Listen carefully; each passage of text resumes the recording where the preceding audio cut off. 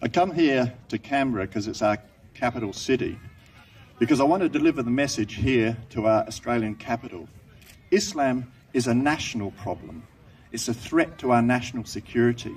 That's why I want our federal government to take over the regulation of mosques nationally. Mosques are not the same as churches. They are not used just for worship. Mosques are centres of political promotion, Sharia activism and enforcement of Sharia law. They are not just churches.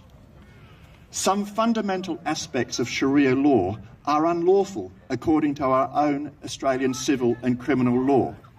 They teach sexual discrimination against women. They teach underage marriage. They want to lessen the value of women in the society compared to men. They teach killing of homosexuals, throwing them from tall buildings, killing all Jews, making non-Muslims submit to them.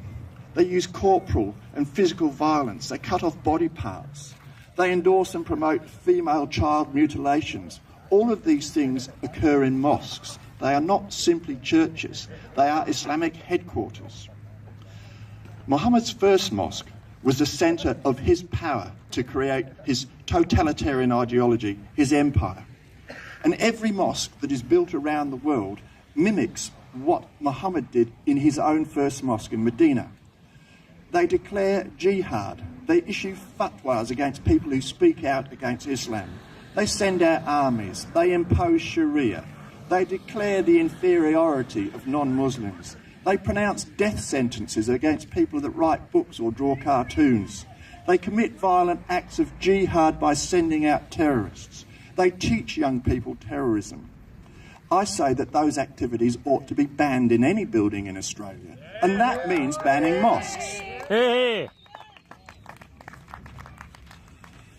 There are 250 child brides in 24 months in Melbourne alone. 250 in 24 months. Now, that's not me saying that. It's not John Bolton inventing the statistics. The National Children and Youth Law Centre reports 250 child brides. That's children between 6 years old, 12, 13, 14, 15, being married here in Australia already. It's that sort of activity that is promoted and taught in mosques. This is because Muhammad set the example by marrying a 6-year-old when he was 53, although he waited until she was 9 before he had sex with her. That's the example that people are following by what they learn in mosques here in Australia. In Sydney, 150 girls and women a week seek advice at how to escape Islamic violence in their own homes in Sydney. That's not John Bolton saying that. That's reported by the Victorian Immigrant and Refugee Coalition, women who actually deal with these young girls who are trying to escape. Now, it's true that in Australia, we're not doing a great job about domestic violence at the moment, with 1 or 2 women a week being killed by their domestic partners. But at least we have laws against it. Sharia law says it's okay. So Sharia law says that a man is allowed to discipline his wife, chastise her, and then hit her with a stick as long as he doesn't leave marks on her face. That's the sort of teaching, the sexism, the sexual discrimination that is going on in mosques here in Australia right now. So far, hundreds of jihadi warriors have been stopped from going overseas to fight for jihad. Our government is keeping them here in Australia, and that's an outrageously stupid thing. These young men want to fight. They want to commit murder. They want to be violent. I say, let them go. But never let them come back. We have been dealing with Islam and the problem of Islam in Australia for a long time. It's only just coming to a head. Ordinary people are only just waking up to it. But our Prime Minister in 2005, that is 10 years ago, 10 years ago, the Australian government created the Muslim Community Reference Group for advice to how best to respond to the threat of homegrown terrorism in Australia. That was the Howard government was recognising it. In 2015, we had another government report. It was a review of Australia's counter-terrorism machinery. So in the 10 years, this new report, which came out only in January this year, again, this is a government report, it's not me making this up, It says there are an increasing number of potential terrorists, supporters and sympathisers in our community, and that there is now an intergenerational dimension, with the families of known terrorists increasingly radicalised and the families being involved. And the report said in January of this year that we have to acknowledge that we have entered a new long-term paradigm of heightened terrorism threat with a much more significant homegrown element. That's a 10-year plan. Our government says we need to recognise that. This is why I say, in Australia, we don't need any more mosques. We need to stop mosques being built until they teach compliance with Australian law, not Sharia law. We need to stop Islamic schools. We need to close down Islamic schools that are teaching boys and girls that women are second-class citizens.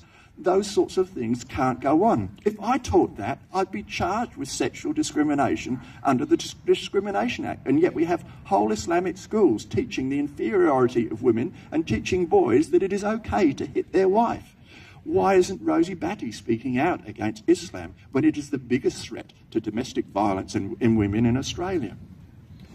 Those Muslims who are here and respect our laws are welcome. I have never ever spoken against the 80% of Muslims in Australia who don't even go to mosques. There is good evidence in the Canadian Senate inquiries that 80% of Muslims in Canada went there to escape the tyranny of Sharia. They don't want to be bothered and badgered by the Islamists who keep promoting Sharia law over and above Australian law. Those who commit crimes in the name of Sharia or jihad in Australia need to be prosecuted, they need to have their passport taken away, and they need to be sent overseas. They are not welcome here. People need to hear the truth. That's why I'm taking some time to give you some detail today about the real problem, why Islam is a problem. I don't speak hate. All I'm doing is quoting from reports and telling everybody what you really already know. I'm asking people to become educated and join the resistance. Stop appeasing Islam. Stop doing what they tell you. The reason we have violence in our street is because it's part of the worldwide paradigm of Islamic violence. Poor Mr. Cheng was killed. He was expendable. He was just expendable as part of the Australian-wide and worldwide jihad. And it was done to teach us a lesson. It was done to teach ordinary people a lesson that if you take part in anything against Muslims, you run the risk. I've already been threatened with death. My family has been told, I've been told that they will blow up my house, and I've told that I would be shot. That has already happened to me. It happened the day after I was at a rally in South Australia, at a mosque rally. It happened that night. This is what Islamists do. They're not prepared to let us speak freely. They want to threaten us with death and violence if we speak out against them. Preserving Australian liberties is a responsibility for every one of us. All of us have to go around raising the awareness, speaking facts, not threatening anybody, just telling the truth. The truth is that the less Islam in a country, the better the country is. We see that all over the world, and it is true for Australia. Our generation has to hold on and pass on to our children the freedom that our fathers and mothers have fought for. We could lose it so easily, and we see it on the streets of Australia now. The next step, according to their plan, will be to get government funding for de-radicalisation. Now, there is no such thing as de-radicalisation because there is no radical Islam. All Islams follow the same basic text. Some Islamists simply activate the violent parts, but they all believe the same basic thing. They all resist freedom. They all resist the freedom to speak. They always want to howl you down. They resist and they want submission of freedom and individuality. There's no basic difference. There is no radical Islam. Therefore, you can never de-radicalise anybody. And if you try to, you shouldn't be using the people that have the same faith as those who appear to be radicals. They have the same faith, the same basic text. They follow the Quran. They think they're better than everybody. They think they're better than Jews. They think they're better than Christians, and they think they're better than everybody else, for that matter. The Islamification of Australia is going according to their plan. Step by step, Australia is committing cultural suicide. Each month, each year, They use the plan in Australia that they have used in every Western nation that they decide to take over. All over the Western world, Islamification starts slowly. It relies on tolerant, politically correct, culturally diverse societies which agree to them coming in and being part of our freedoms. And they gradually take over. They start to complain. They start to say that they should be treated differently than the rest of us. And at first that seems okay because there's only a few of them. But once they get up in numbers, 5, 6, 7%, as you see in France and London and Norway, they start to take over. And as soon as you tell them that they need to do what they're told according to the local laws, they create riots. And so this is happening now in Australia. They're gradually starting to send out their warriors. That poor 15-year-old boy gets told that if he kills someone in the name of Islam, he'll go to heaven. It's outrageous to lie to a child to make him do your dirty work. Victoria now has more Muslims in prisons than Aboriginal people in prisons, the same as New South Wales. They start to get associated with crime. This is not John Bolton saying this. You merely have to read the Victorian Prison and Correction Department reports, which say even though there are only 2 or 3% of Muslims in their state, the prison population is now upwards of 9%, and they actually control the prison gangs inside the prisons in New South Wales and Victoria. Now, the Islamic leaders don't want you to know that. They want to keep that quiet because they're afraid that the statistics of crime and the association with Islamic crime gangs will make people worried when they know the truth. But the statistics speak for themselves. 2 or 3% in the ordinary population in Victoria, New South Wales, and upwards of 9% in the prisons, and they are in charge of the crime gangs in the prisons. And this is what we're talking about, freedom of speech. That they never will attack my argument because they have no argument. Instead, they want to shout and drown out the truth. All jihadis who want to leave Australia, let them go. Don't come back. I want every family involved in child marriages. All 250 of those families need to be prosecuted and charged, not just the one as we've had. I want every person who has aided and abetted illegal Sharia activities here in Australia or supported it overseas. Every one of those needs to be prosecuted. We need to stamp out the breach of Australian law on the basis it's so-called freedom of religion. It is not freedom of religion to clitorectomise a 5-year-old girl. It is not freedom of speech to tell a 15-year-old to go out and shoot somebody. These are not exceptions to Australian law. Australian law comes first. I want every hate speecher against Australian culture, against homosexuals, against Jews, against women. They need to be prosecuted. When they stand on the steps of the mosque at Lakemba, and shout out, kill all Jews, the world will not be safe till every Jew in the world is killed, kill homosexuals, throw them off buildings, these people need to be prosecuted for inciting violence. I speak peace. Our Australian government seems to be doing quite a good job fighting overseas against Islam. It's not yet doing enough here in Australia. We don't yet have enough going on. I want more powers to go to our terrorism squads. I want them to be able to conduct random searches of mosques. This idea of ringing up and saying, can we come in and search to see what happened, is ridiculous. When did you ring up a bikie gang and say, hey, we'd like to raid you for drugs? And yet our police feel that they have to ring up the mosque at Lakemba and ask if they can go in and search after a murder has occurred on the street when the kid's been there 11 minutes before and probably got his gun there as well. The only countries that have succeeded in protecting themselves against cultural suicide are those countries which have stopped Islamic immigration. Islamists in Australia have already said to our own federal government that they want Sharia law to supersede Australian law. There was an inquiry into immigration and multiculturalism in just 2013. It was conducted by the Parliamentary Joint Standing Committee. 2 of the major Islamic groups in our country, 2 groups said that Sharia law can live alongside Australian law as long as Australian law doesn't conflict with Sharia. They have already had the guts to tell our federal government that Sharia law should take precedence over Australia law. I say no to that, and I say our government needs to come out and say no to that. Islam has a law that says it's okay to hit your wife with a stick. That law has no place in Australia, and people need to say that. Islam says it's okay to clitorectomise infant girls. What place has a law like that got in Australia? No place. Islam has a rule that says it's okay for a 6-year-old girl to be forced into marriage. What place has a law like that got in Australia? I say no place.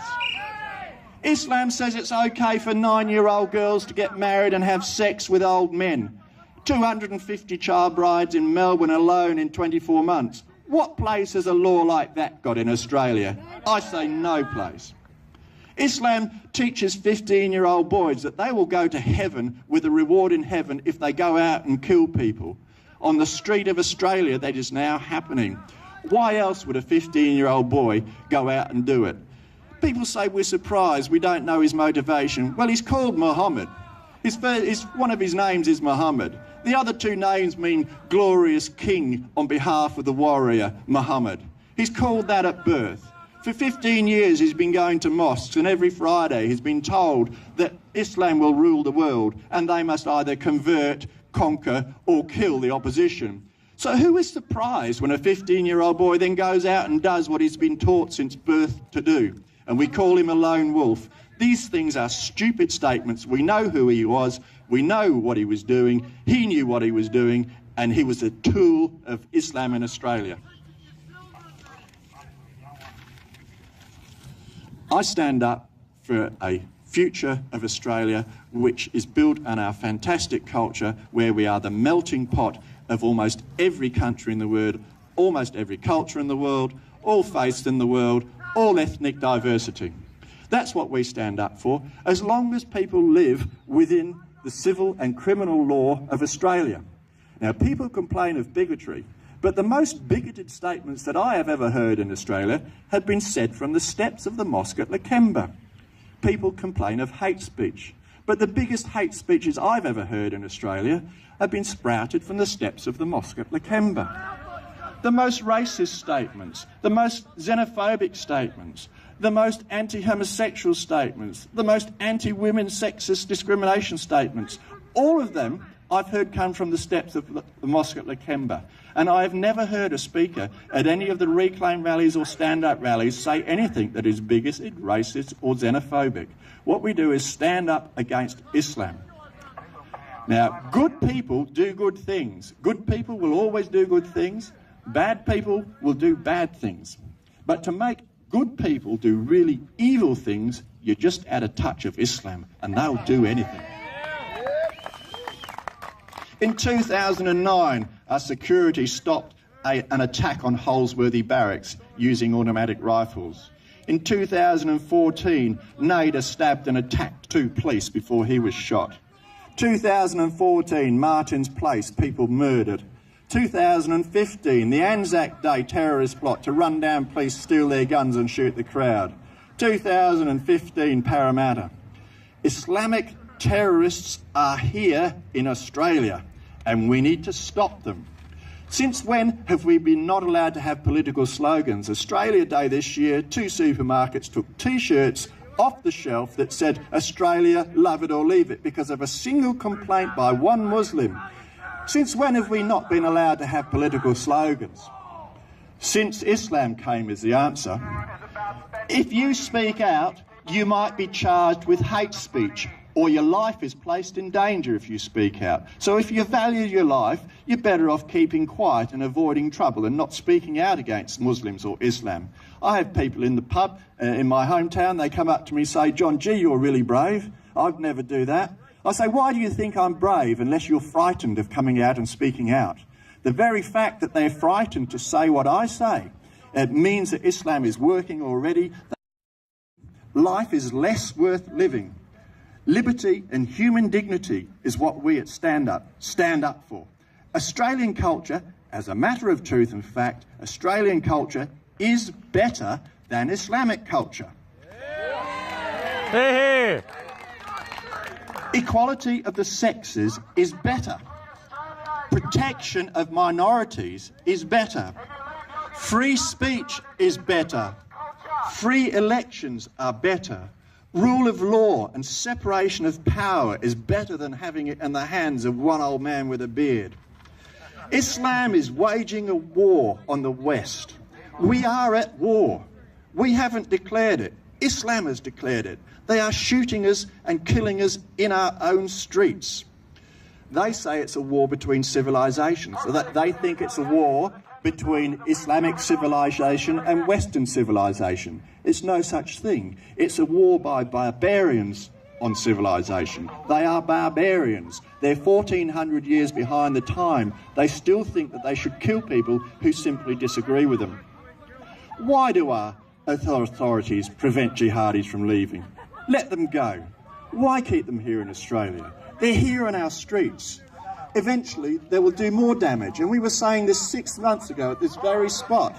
I was saying it's a matter of time before there's another murder. We knew that was true, and of course it's happened.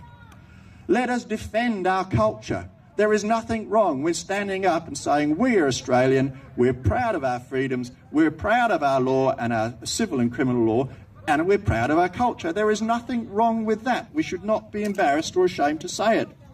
Now, whenever an atrocity is committed in the name of Islam, some local politician will go up and say, it's nothing to do with Islam. We know that that's not true. And every time we have our freedom of speech, we have someone who would rather not hear the argument and would rather interrupt the freedom of speech. I'd be happy to listen to him speak if he could put two words together that were more than one syllable. The eyes of more people are now opening up on Australia. Well, I guess that's what the press wants.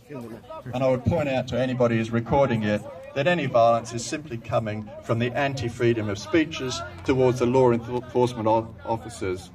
I would at this stage like to congratulate our law enforcement officers. I'm sure we feel a great deal of empathy for them.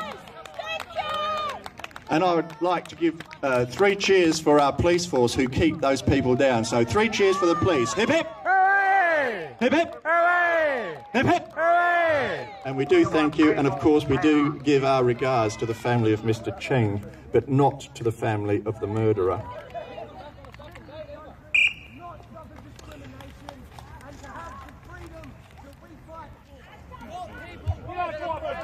There is nothing more. I will agree with him, and I'm about to finish. I agree with him. We want to stand firm. We want to preserve our culture. And if we are frank, we want to stop Islam doing what the first settlers did to Aboriginal people. We don't want them coming in and taking over and killing us off. We don't want that to happen.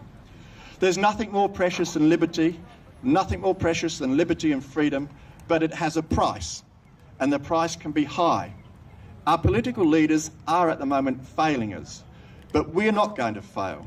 There's a path that we will never choose. We will never choose to submit to Islam. We say freedom, yes to freedom, no to tyranny, and we need to go forth with courage, each one of us, reclaim Australia's future under our own civil and criminal law, and we stand up for Australia, and I thank you for organising this rally.